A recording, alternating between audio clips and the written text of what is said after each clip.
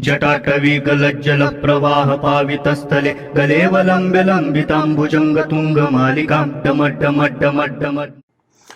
नमस्कार। और हम आपको बताएंगे कि सुवृद्धि, साध्य और शुभ, इन तीन योग में जो जातक जन्म लेते हैं वो कैसे होते हैं, उनके जीवन पर क्या प्रभाव पड़ता है। सुवृद्धि योग के जो स्वामी हैं या स्वामिनी वो लक्ष्मी जी हैं, साध्य के सरस्वती हैं और शुभ के रिद्धि हैं। ये जो हमें सुख और दुख जो मिलता है ये हमारे कर्मों के फल होते हैं। हमारा जो जन्म होता है और जो सुख और दुख का निर्धारण होता है वो ईश्वर कुंडली में ग्रहों की स्थिति के आधार पर करते हैं। जिस व्यक्ति का जन्म शुभ समय में होता है उसे जीवन के कुछ अच्छे फल मिलते हैं, शुभ फल मिलते हैं, और जिनका अशुभ समय में होता है उन्हें थोड़ा सा कष्ट भोगना पड़ता है, थोड़ा बहुत। तो ज्योतिष शास्त्र के अनुसार यह शुभ समय क्या है या अशुभ समय क्या है, या शुभ या अशुभ योग क्या है। देखिए, कुल योग 27 होते हैं और उनकी अलग अलग परिभाषा है। सूर्य और चंद्रमा की गति से जब 13 से 20 अंश का अंतर आता है तो वह एक योग की सीमा में बांधा जाता है। सूर्य और चंद्रमा के अंतर को जानने के लिए भी योग की सहायता ली जाती है। तो हम सबसे पहले सुवृद्धि योग की बात करते हैं, जिनकी स्वामिनी लक्ष्मी जी हैं। तो ऐसे जातक धनी परिवार में जन्म लेते हैं और अपने समय में धन की वृद्धि का कारण बनता है।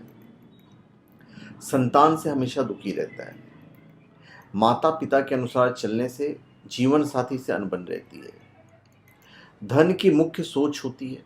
रोजाना की जिंदगी के अंदर केवल वही कारण देखे जाते हैं जो धन से संबंधित है। फिर है साध्य, जिसकी स्वामिनी सरस्वती जी हैं। इस योग में पैदा होने वाले जातक ऊंची शिक्षाओं के प्रति समर्पित रहता है। कई प्रकार के डिग्री, डिप्लोमा यदि बड़े पद पर आसीन होता है ऐसे लोग, उसे किसी प्रकार के धन आदि का लोभ नहीं होता है। वह केवल जगत कल्याण वाले काम करने के लिए अपनी योग्यता को प्रस्तुत करता है। कभी कभी झूठे लोगों के चक्कर में अपमान सहता है और इस अपमान के कारण अक्सर जातक के शरीर में कई प्रकार की बीमारियां भी लग जाती है। जातक जहां भी रहता है वहां के माहौल में उसकी पहचान मानी जाती है और अक्सर इस योग में पैदा होने वाले जातक अविवाहित ही रहते हैं। अगर शादी किसी प्रकार से हो भी जाती है तो फिर वैधव्य जैसे योग देखने पड़ते हैं, या पति या पत्नी से आजीवन किसी न किसी बात पर अनबन का कारण बना रहता है। फिर है शुभ योग, जिसके स्वामी रिद्धि हैं। तो ऐसे योग में जो जातक जन्म लेते हैं तो जातक का मन हमेशा अच्छे और न्याय के कार्यों में लगता है। उसके द्वारा किसी भी प्रकार के अनैतिक काम में जाने का योग नहीं बनता। माता खानदान धनी होता है तथा नाना खानदान के द्वारा जातक को सहायता मिलती रहती है। पिता का जगत कल्याणकारी होने के कारण समय कम मिल पाता है और पिता की तरफ जातक की उपेक्षा ही मिलती है।